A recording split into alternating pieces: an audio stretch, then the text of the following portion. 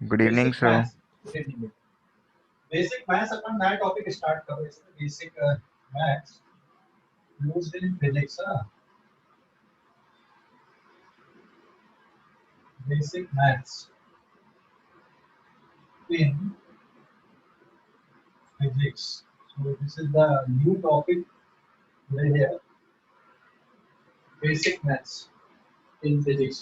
मतलब जो अब 11th में जितना बेसिक मैथ्स आपको लगेगी उसका उसका पोर्शन अपन अब यहाँ पे डिस्कस करने वाले हैं। ठीक है, बेसिक मैथ्स में क्या क्या पढ़ना है।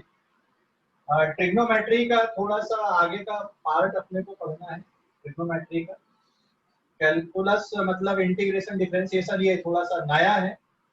और अलजेब्रा जो आपने पढ़ा हुआ वही है, ग्राफ कैसे बनाते हैं ये सब पोर्शन अपन बेटा बेसिक मैथ्स में पढ़ेंगे। और यूनिट एंड मेजरमेंट वाले चैप्टर में एक पोर्शन मैंने छोड़ दिया अभी, दैट इज एरर। तो वो मैं बाद में डिस्कस करूंगा एरर को, है ना। मतलब जिन भी बच्चों का छूटा हुआ वो सबका एक साथ हो जाता है, बट बेसिक मैथ्स के बाद अपन करेंगे तो आपको वो और थोड़ा आसान लगेगा, कैलकुलेशन वाला पार्ट उसमें। इसलिए पहले मैं बेसिक मैथ्स अब यहाँ पे ले ले रहा हूँ। ठीक है, तो बेसिक मैथ्स में क्या क्या पढ़ना है। First basic trigonometry. Basic trigonometry. दूसरा इसका आएगा अलजेब्रा। बेसिक अलजेब्रा आपको चाहिए। तीसरा पार्ट आएगा इसमें basic geometry, distance formula etcetera ये सब रहता है।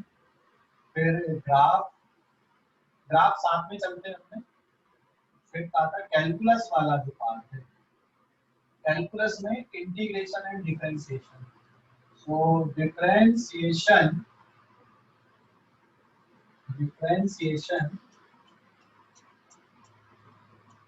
And integration.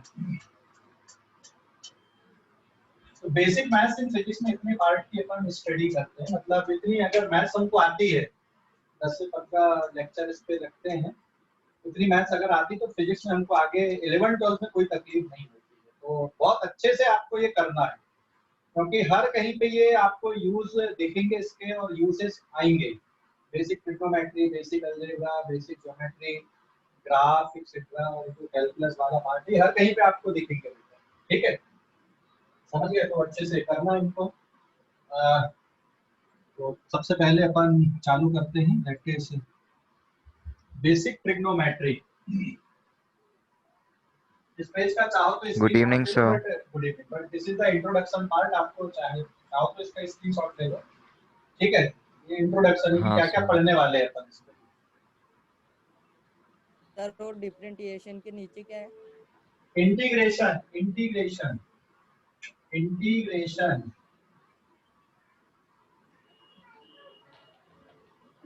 ठीक है, इंटीग्रेशन। ओके, इतने पोर्शन की स्टडी करेंगे अपन। और इसमें से आप लोग बेटा 50% पोर्शन तो आप लोग जानते हो। 50% और थोड़ा सा अपने को पढ़ना है। तो सबसे पहले अपन देखते हैं बेसिक ट्रिग्नोमेट्री के बारे में। बेटा दूं? हाँ सर। Yes. या बता दो ना सर। हाँ, सबसे पहले देखते हैं अपन बेसिक ट्रिग्नोमेट्री। इस पे first page number 1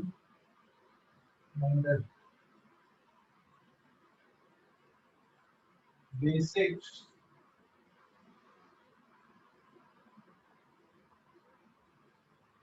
trigonometry.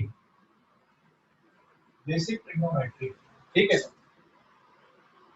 Basic trigonometry में देखो क्या आएगा। सबसे पहले अपन डिफाइन करते हैं व्हाट इज एंगल। हालांकि मैंने एंगल ऑलरेडी एक बार बता दिया आप लोगों को, बट फिर से अपन एक बार और एंगल को डिफाइन कर रहे हैं कि एंगल क्या होता है। एंगल कैन बी पॉजिटिव और नेगेटिव। कैसे ड्रॉ करते हो एंगल के लिए, मैंने सिंबल ले लिया यहाँ पे थीटा। और सपोज ये रेफरेंस लाइन है, इस पॉइंट को ओ ले लिया मैंने और इसको क्यू ले लिया। तो एंगल की जो डेफिनेशन है यहाँ पर आप राउंडर जो होता है ना, राउंडर लेके इसको आप ले लो r, that r is equals to layer radius, और फिर एक आप यहाँ पे आर्क ड्रॉ कर लो इस तरह से, point this is again r। बेटा ये जो एंगल बन रहा है यहाँ पे, दिस एंगल इज थीटा, और जो PQ आर्क लेंथ है this is equals to L here.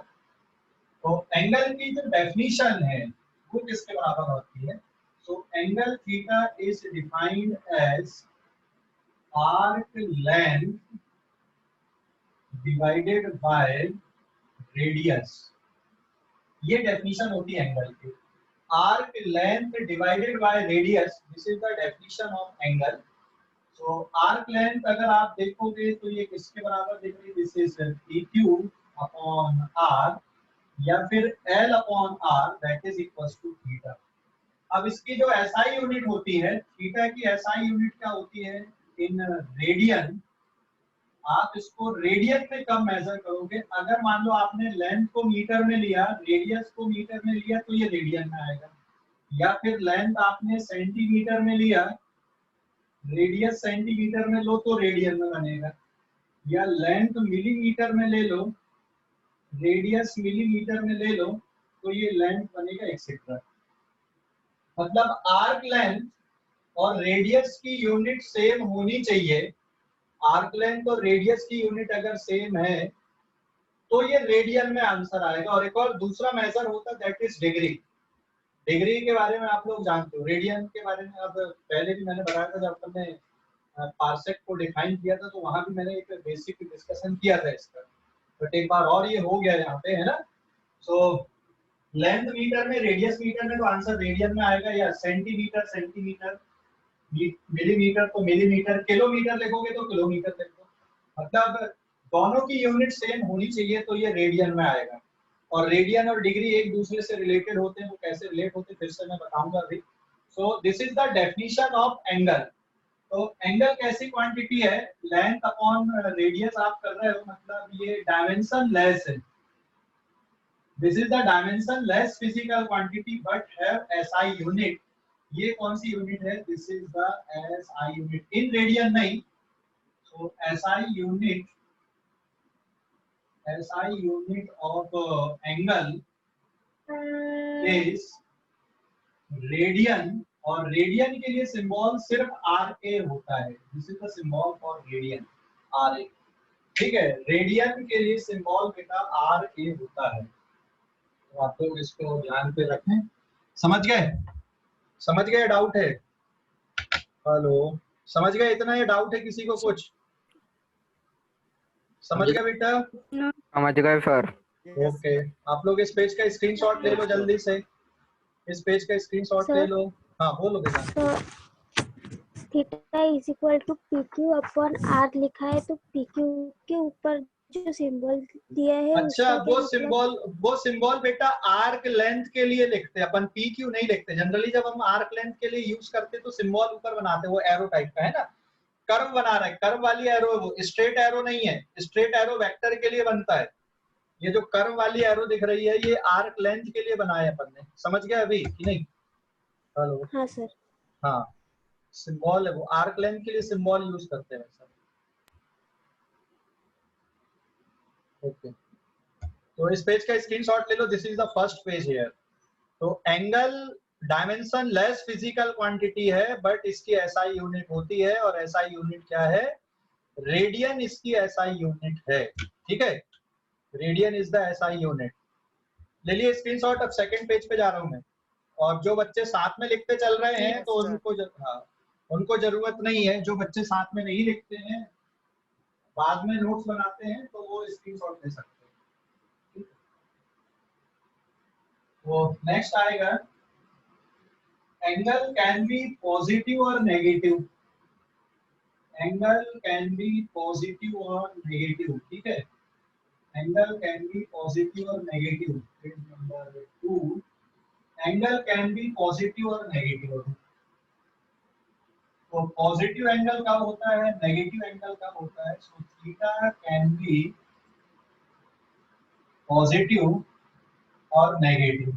ठीक है, तो पॉजिटिव एंगल कब बनता है? ये रेफरेंस लाइन है आपकी, दिस इज रेफरेंस लाइन।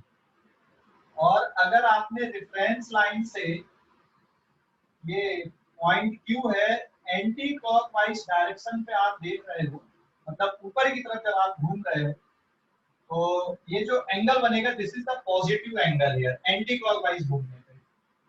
तो यहाँ पे आप पॉजिटिव एंगल बोलोगे। और नेगेटिव एंगल कब बोलोगे? अगर मान लो रेफरेंस लाइन से, ये पॉइंट ओ है, this point is P and this is the reference line here, ये रेफरेंस लाइन है। रेफरेंस लाइन से आप क्लॉकवाइज घूम के अगर एंगल बना रहे हो, ये ऐसा अगर आप घूम रहे हो तो एंगल कैसा रहेगा? नेगेटिव एंगल रहेगा। So angle can be positive और नेगेटिव। तो अगर आप क्लॉकवाइज घूम रहे हो तो फिर नेगेटिव एंगल आएगा, और अगर एंटी क्लॉकवाइज घूम रहे हो तो एंगल कैसा होगा? पॉजिटिव एंगल होगा। समझ गए कि नहीं? समझ गए या नहीं? कोई डाउट है?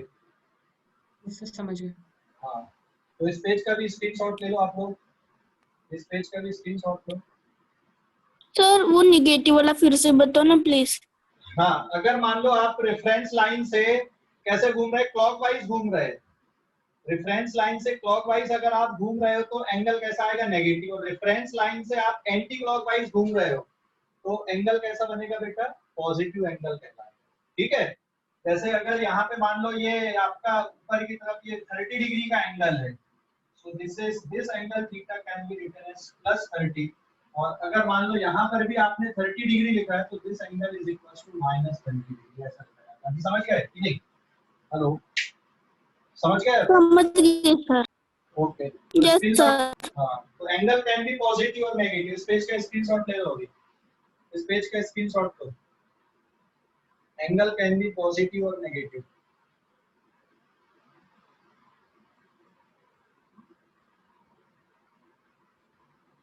ले लिए? Yes sir. Yes sir. हाँ सर। अब अपन आते हैं relation between degree measure and radian. Radian और डिग्री मेजर में क्या रिलेशनशिप होती है वो देखते हैं। Relationship between degree measure and radian, page number 3। Relation between degree and radian, तो यहाँ पे आएगा अभी रिलेशन बिटवीन, ये मैंने पहले ही बताया, degree measure and radian major.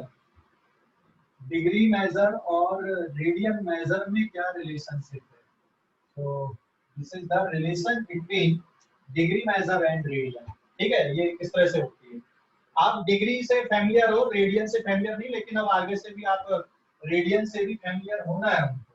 ठीक है, तो याद रखो 360 degree is equals to 2 pi radian होता है। मैंने रेडियन का सिंबल गलत लिखा, आर ए बस लिखते, लेकिन मैंने आर ए डी लिख दिया। बट आप 2 इंटू 3.14 रेडियन या फिर 6.28 रेडियन आप इसको लिख सकते हो। तो जनरली पाई के टर्म पे ही लिखते हैं, आप इसकी न्यूमेरिक वैल्यू को नहीं लेते यहाँ पे। ठीक है ना, जनरली पाई के टर्म पे ही अपन लिखते हैं। तो 360 degree is equal to 2 pi radian, इसका आधा कर दो, 2 से डिवाइड कर दो, और 180 degree is equal to pi radian. 2 से डिवाइड कर दो तो 180 बचेगा। तो आप ये याद रखो यहाँ पे कि भाई 180 डिग्री किसके बराबर होता है? पाई रेडियन के बराबर होता है। तो इसको आपको याद रखना है। कोई एक याद है तो बाकी आप कर सकते हो, याद रखना है। और कुछ ट्रिक्स भी है फिर, जैसे 180 पाई है तो 360 कितना हो जाएगा? 2 पाई हो जाएगा, उसका और आधा कर दो तो 90 डिग्री पाई बाई 2 रेडियन हो जाएगा। तो ये याद रखना हमको। ठीक है, ये कैसे आया आप देख सकते हो। जैसे अगर मैं यहाँ पे एक सर्कल ड्रॉ कर दूं इस तरह से, ठीक है, एक मैंने सर्कल ड्रॉ किया, तो यहाँ से यहाँ तक का एंगल, अगर ये सेंटर है, ये रेडियस है, this point is P and this point is Q, तो ये आर्क लेंथ आ जाएगी यहाँ पे। और आपको पता बेटा ये एंगल कितने डिग्री का? यहाँ पे 180 डिग्री का है। तो P से Q तक यहाँ पे अगर आप जा रहे हो तो what is the arc length, आपने ये सर्कल ड्रॉ किया, तो इस सर्कल में जो थीटा है आपने बोला इसको 180 डिग्री है, तो डेफिनेशन आर्क लेंथ अपॉन आप रेडियस लिखोगे। बट ये जो आर्क लेंथ है, आर्क लेंथ का फार्मूला क्या लिखते हो आप? आर्क लेंथ का फार्मूला आपको अगर याद होगा, this is the semi circular arc here. तो सेमी सर्कुलर मतलब 1/2 इंटू 2 पाई आर आप लिखोगे, 1/2 into 2 pi R divided by R, R से आर कैंसिल, 2 से 2 cancel, so this is equals to pi. So 180 degree या फिर पाई आप बोलो एक ही बात है। मैंने यहाँ पे सेमी सर्कल से लिखा है, आप इसको क्वार्टर ऑफ सर्कल से लिख सकते हो, पूरे सर्कल से आप लिख सकते हो। अगर आप यहाँ से पूरा इतना घूम के वापस यहाँ तक आते हो तो what is the angle here? 360 degree का एंगल है, तो आप ऐसे भी कर सकते हो, this is 360 degree equals to आप arc length divided by radius लिखोगे। अगर पूरा रोटेट होते, पूरा घूमते हो तो आप कितना घूमेंगे? 2 pi R divided by R, तो आर से R cancel, what is the value here? 2 pi is the value. 2 pi. समझ गए कि नहीं? कोई डाउट अभी? Yes, कोई डाउट? sir. समझ गए? No, sir. हाँ, Yes, तो नो yes, सर। ये जैसे मीटर, सेंटीमीटर और ये होते हैं ना कैलकुलेशन के लिए आपके, तो वैसे ही मीटर, सेंटीमीटर लेंथ को मेजर करने की डिफरेंट यूनिट है, वैसे ही एंगल को मेजर करने की ये डिफरेंट यूनिट है। एक हो गया डिग्री और एक कौन सा हो गया? पाई। ठीक है, एक डिग्री मेजर और एक पाई वाला जो मेजर, रेडियन वाला मेजर। तो आप लोग, आपको इसको याद रखना है यहाँ पे। ठीक है, क्लियर हो गया बेटा कि कोई डाउट है अभी? Yes sir. Okay, Yes, sir. पाई की वैल्यू 3.14। तो आप लोग इस पेज का स्क्रीनशॉट ले लो जल्दी से, इस पेज का स्क्रीनशॉट सर ले लो। आर्क लेंथ का formula theta upon 360 into 2 pi R होता है ना? हाँ, ओके, बिल्कुल सही, बिल्कुल सही। आर्क लेंथ का formula theta upon 360 into 2 pi R होता है। तो यहाँ पे अगर 180 डिग्री का है, यहाँ पर अगर मान लो 180 डिग्री का है, तो तुम फिर आर्क लेंथ का फार्मूला लिखोगे theta upon 360 into 2 pi R divided by R, और फिर what is the value of theta here? 180। So 180 upon 360 into 2 pi R divided by R. Solve कर लो, कितना बचेगा? आर से आर गया, 180 से ये 2 टाइम्स गया और 2 से 2 चला गया, फिर से कितना बच रहा? पाई बच रहा, आया ना? yes, sir. हाँ सर। हाँ, कैसे भी कर लो आप। ठीक है, समझ गए कि नहीं? Yes yes sir. Okay. Yes, sir. हाँ, तो अब आप लोग इस पेज का भी स्क्रीनशॉट ले लें, मतलब इसी का पहले ही हो चुका है, ये ले लिए सर। ले लिए? ठीक।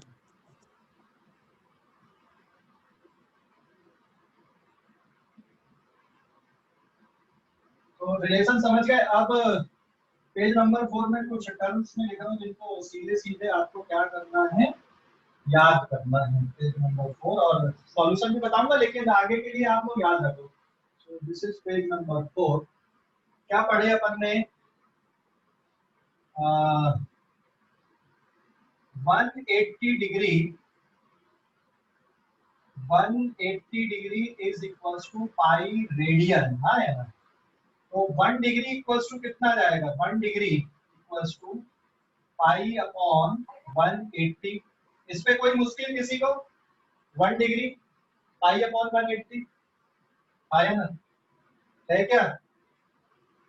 और ये बिल्कुल वैसे ही है। मान लो नो आपका सर। 180 इक्वल्स टू, मान लो मैंने x लिख दिया, तो 180 इंटू 1 इक्वल्स टू x है, तो 1 की वैल्यू x अपॉन 180 आ जाएगा कि नहीं? यहाँ पे कुछ थोड़ी केस सिंपल सा अलजेब्रा है ये। ठीक है, so 1 degree is equals to pi upon 180। So therefore अगर आपको x डिग्री लिखना है तो x इंटू 1 डिग्री आप कर दो, तो x इंटू 1 डिग्री की जगह पे पाई अपॉन 180 कर दो रेडियन। तो आगे से ध्यान रखो, x डिग्री मतलब x पाई अपॉन 180 रेडियन आपको करना है। अब कोई भी एंगल आप निकाल सकते हो इससे, ये कन्वर्जन हो गया। यहाँ पे कोई भी एंगल को आप पाई में बता सकते हो। किसी भी एंगल को आप पाई में बता सकते हो, ठीक है। कैसे बता सकते हो पाई में? अगर मान लो मुझे अभी 30 डिग्री लिखना है, तो x की जगह पे 30 आ गया, तो 30 पाई अपॉन 180 रेडियन, और इसको सॉल्व कर लेना 0 से 0, 3 6 जा 18, सो दिस इज पाई अपॉन 6। आ गया कि नहीं? आपको 45 डिग्री अगर चाहिए, तो 45 डिग्री मतलब 45 पाई अपॉन 180 रेडियन कितना आएगा? 45 का डबल 90, और 4 टाइम्स होता 180। 45 का डबल 90 होता, और उसका फिर और डबल कर दो मतलब 4 टाइम्स। तो ये 45 से कितने टाइम्स कट गया? 4 टाइम्स कट गया, तो दिस इज पाई बाई 4। और यहाँ पे आप रेडियन नहीं भी लिखोगे तो चलेगा, ये अंडरस्टूड है कि ये रेडियन की बात कर रहा है, ठीक है। तो 30 degree is pi by 6, 45 degree is pi by 4, and अब अगर मान लो आपको 60 डिग्री चाहिए, तो 60 डिग्री मतलब 60 पाई अपॉन 180, तो ये 0 से ये 0 cancel, this is pi by 3 आ गया। आपको 90 डिग्री अगर चाहिए तो 90 पाई upon 180, so this is pi by 2 आ गया। समझ गए कि नहीं? आपको अगर 120 डिग्री चाहिए, तो 120 देखो 60 का डबल है। मैं यहाँ पे कैलकुलेशन तो आप इस तरह से भी कर सकते हो, 120 अपॉन 180 पाई, या फिर आप इसको क्या लिख सकते हो, 2 इंटू 60 डिग्री लिख दो। तो 2 इंटू 60 डिग्री कितना? पाई बाई 3 है, तो ये कितना बन जाएगा आपका? 2 पाई बाई 3 बन गया। Pi by 2 pi by 3, 2 into 60, 2 pi by 3, 135 degree. So this is 135 upon 180 पाई लिख दो, या फिर 45 का आप ट्रिपल टाइम्स करो जरा, कितना आता है? 45 का ट्रिपल टाइम्स, 45 का डबल हो गया 90, 45 का डबल 90 हुआ, और एक बार और ले लो, वहां पे ट्रिपल कर दो। 135। यस 135। 35 हाँ, तो आप इसको क्या लिख सकते हैं यहाँ पे? 3 इंटू 45 डिग्री लिख सकते हैं। 3 into what is the value of 45 pi by 4, so what is the answer? 3 pi by 4। 150 degree आप ऐसे भी सॉल्व कर सकते हो, 150 पाई अपॉन 180, या फिर 5 इंटू 30 डिग्री लिख सकते हो, 5 इंटू 30 डिग्री 150, और 30 डिग्री कितना? पाई बाई 6 है, so this is 5 into pi by 6 बन जाएगा। 180 तो ऑलरेडी आपने लिखा ही हुआ है, फिर 360 है, 270, तो ऐसे आप कोई भी एंगल को कन्वर्ट कर सकते हो। आई थिंक समझ में आ गया होगा आप लोगों को। कोई डाउट अभी इस पे? No sir. No sir. वो लास्ट लाइन में आपने 5/6 वो उसके पहले क्या लिखा है सर आपने? 5 ही लिखा है ये 5 इंटू 30 है ना, ये 5 का 5 आ गया, 30 डिग्री कितना लिख दे? 5/6, ये देख 30 डिग्री 5/6, समझ गए कि नहीं? तो 5 5/6 बन गया। हाँ सर। समझ गए। हाँ, सर एक बार कन्वर्जन फिर से बताइए। तुम पहले पेज देखो शुरू से, उसके बाद बताएंगे। पहले एक बार और देखो, शुरू से पेज देखो, पहले शुरू से देखते जा, एक एक स्टेप देखते जा, बन जाएगा। एक एक स्टेप देख। और किसने डाउट पूछा था वो अपने माइक को अनम्यूट करे, अभी दोबारा पूछने के लिए माइक अनम्यूट करो। हेलो, माइक अनम्यूट करो बेटा। मृदुल, हाँ। तो प्रति जो ज्यादा फ्रिक्वेंटली यूज होते हैं वो मैंने लिखा है। आप रेंडमली कोई भी डिग्री निकाल लो। आपको जैसे कितने डिग्री का चाहिए? 40 डिग्री का? Yes sir. ठीक है, चलो 40 डिग्री का देखते हैं अपन अभी। अरे स्क्रीनशॉट लिए थे कि नहीं? लिए थे सर। लिए तो था। लिए हाँ, एकदम बताएं। अभी जैसे मान लो आपको 40 डिग्री का चाहिए, 40 डिग्री मतलब 40 पाई अपॉन 180। ये देखिए यहाँ से, तो ये 0 से 0 गया, 2 2 जा 4, 2 9 जा 18, 2 पाई बाई 9 हो गया। समझ गए? Yes sir. समझ गए ना? Yes, sir. अभी मैंने वो एंगल लिखा था, आपको अभी 90 डिग्री तक की वैल्यू याद थी, तो अब मैं एक टेबल बना रहा हूँ, ये मिटा देता हूँ मैं। आपको 90 डिग्री तक की वैल्यूज याद थी, उसके बाद की वैल्यूज आपको याद नहीं थी, तो वो मैं टेबल बना रहा हूँ, उन वैल्यूज को आपको याद रखना है टेबल में।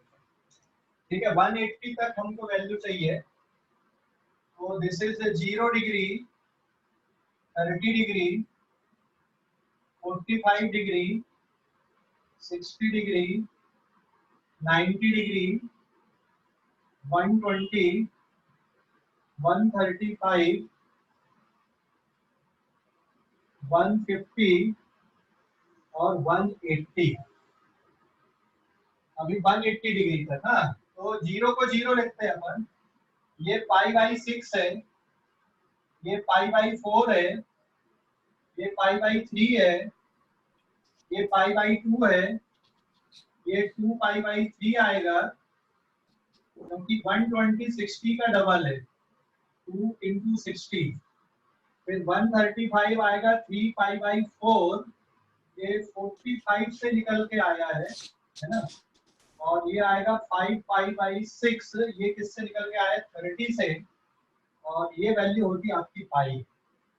तो यहाँ पे अपन एक टेबल ड्रॉ कर रहे हैं पूरा साइन और कॉस की वैल्यूज के लिए और tan की वैल्यू। ये याद रहना चाहिए, कोई नींद में भी पूछे तो बताना चाहिए हमको ये। हाँ, तो आप लोग बढ़िया से इसका चार्ट प्रिपेयर कर लो। Now this is sine theta, cos theta, और साइन और कॉस का अगर आपको याद है तो आप tan थीटा की वैल्यू बहुत आसानी से बता सकते हो, क्योंकि tan theta equals to sine theta upon क्या लिखते हैं अपन, कॉस थीटा लिखते हैं। समझ गए कि नहीं? Yes, sir. हाँ, Yes, sir. so this is the table। अच्छे से इसका चार्ट बना लो, आगे से याद रखना है। साइन 0 इज 0, साइन 30 डिग्री या साइन π/6 होता है 1/2, साइन 45 होता है 1/√2, साइन 60 होता है √3/2, साइन 90 होता है 1। अब 120 डिग्री में वापस से यही वैल्यू रिपीट करती है, तो ये आ जाएगा आपका √3/2, ये 1/√2, फिर हो गया 1/2, और फिर हो गया 0। मतलब देखो कैसे रिपीट हुई है। 1 तक तो आपको याद थी, आप 120, 135, 150, 180 है ना, तो 120 60 का डबल था, यही वाली वैल्यू है। फिर 135 45 ये वाली वैल्यू है, और ये 30, ये 1/2 है। आप याद रख सकते हो, बहुत आसान याद रखना है। हाँ या ना? अगर 90 तक याद है तो बाकी का आप आगे की वैल्यू देख सकते हो फिर, है ना? समझ गए कि नहीं? एंड इस 30 डिग्री और 35 सॉरी 150 एक दूसरे से रिलेटेड हो गए, यहाँ पे हो गए कि नहीं? 30 और 150 कितने टाइम्स आता है? 5 टाइम्स आता है। समझ गए? समझ गए हो कि नहीं? Yes, sir. cos की वैल्यू, cos Yes, 0 sir. होता है 1, cos 0 1 होता है, cos 30 होता है √3/2, cos 45 1/√2, cos 60 होता है 1/2, और cos 90 होता है 0। इसके बाद में अगर आप देखोगे cos 120 की वैल्यू आती बेटा -1/2, ये माइनस में आ जाएगा ना, cos 120 की वैल्यू -1/2, cos 135 -1/√2, cos 150 -√3/2, माइनस में चलेगी 90 के बाद में, और cos 180 होता -1, cos 180 -1। अब tan की वैल्यू देख लो, तो sin 0/1 मतलब 0, ये कितना बचेगा 1/√3, ये बचेगा 1, ये बचेगा √3, क्योंकि 2 से 2 कैंसिल हो जाएगा, एंड दिस इज इंफिनिटी, मतलब जिसको आप नॉट डिफाइंड बोलते हो, and this is -√3, and this is -1 and this value is -1/√3 and then again it is 0. तो ये मैंने पूरा टेबल यहाँ पे आपके लिए ड्रॉ किया है, आपको याद रखना है ना, समझ गए? तो साइन और कॉस की 90 तक याद है तो बाकी की वैल्यू आप बता सकते हो। तो कॉस की वैल्यू 120 डिग्री से 180 तक कैसी होती है? नेगेटिव होती है, याद रखना है, ठीक है? अरे भाई समझ गए कि नहीं? टेबल देख लो भाई।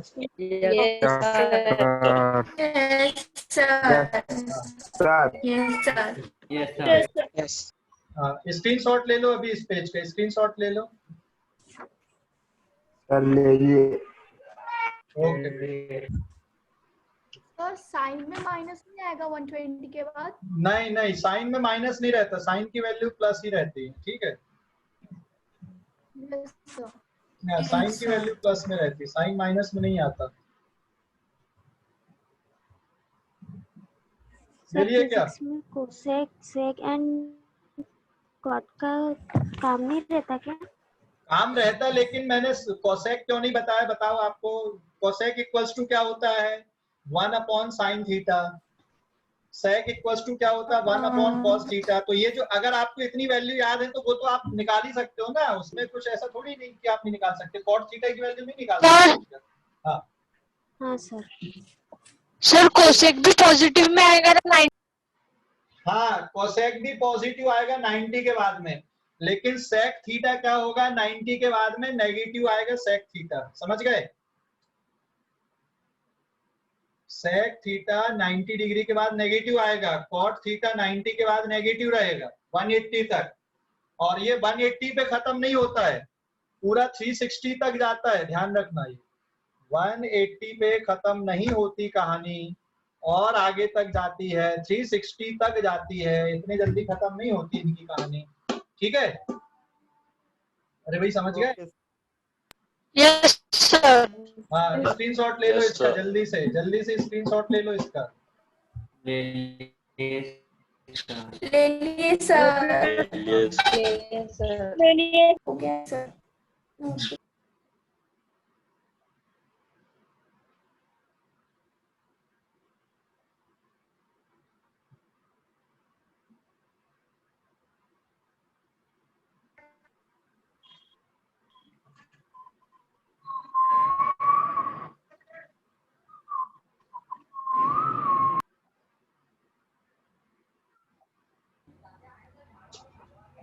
Page number 6।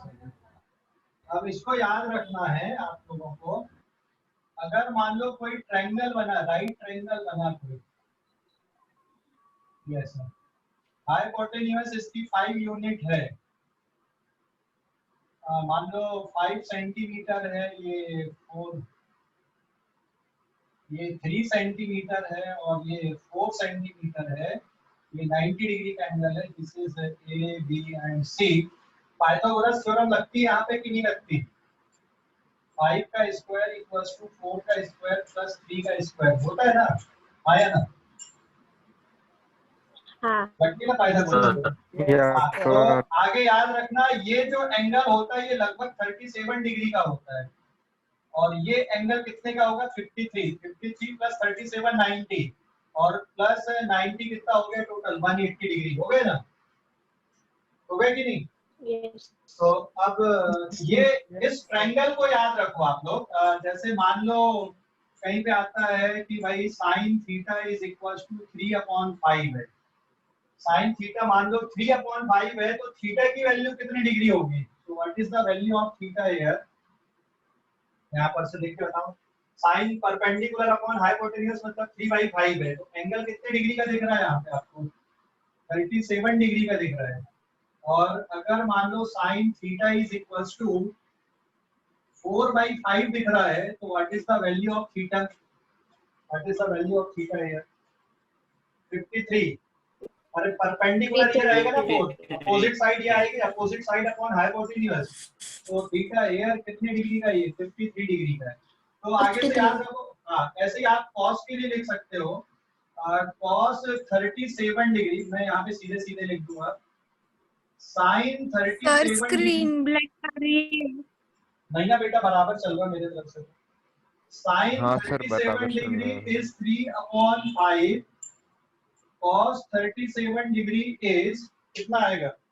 Sign 37 cos 37, sign 37 degree कितना रहेगा? 3/5। cos 37 डिग्री कितना रहेगा? 4/5। tan 37 डिग्री कितना रहेगा? 3/4।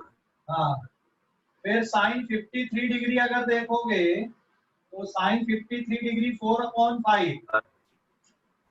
cos 53 डिग्री अगर देखोगे तो ये रहेगा 3/5। और tan 53 डिग्री देखोगे तो ये कितना आएगा? 4/3 आएगा। तो ये याद रखो। वैसे अगर आपको ये याद नहीं भी है और आपको ये मैंने यहाँ पे जो बनाया है ये याद है, ये ट्राइंगल अगर याद है तो कोई भी वैल्यू आप बता सकते हो। तो आगे से आप इसको याद रखना है, ये है ना, ये क्योंकि ये जो पाइथागोरस थ्योरम आपने अप्लाई किए ये वैल्यू बहुत फ्रीक्वेंटली यूज होती है, इसलिए मैंने इनको बताया आपको। ठीक है, समझ गए कि नहीं? अगर किसी राइट एंगल के साइड एक 5 यूनिट है, एक 3 यूनिट है और एक 4 यूनिट है, तो वहां पे ये कंडीशन बनती है, इनको ध्यान में रखना है आपको। ठीक है, 3/5 मतलब 0.6, 3/5 मतलब 0.6। ओके, और कोई डाउट है अभी इस पे? No, sir. No, sir. नहीं है? हाँ, तो ये No, याद sir. रखना है। ओके, तो बाकी का अपन अब कल पढ़ेंगे, आज के लिए इतना ही, बाकी की स्टोरी कल।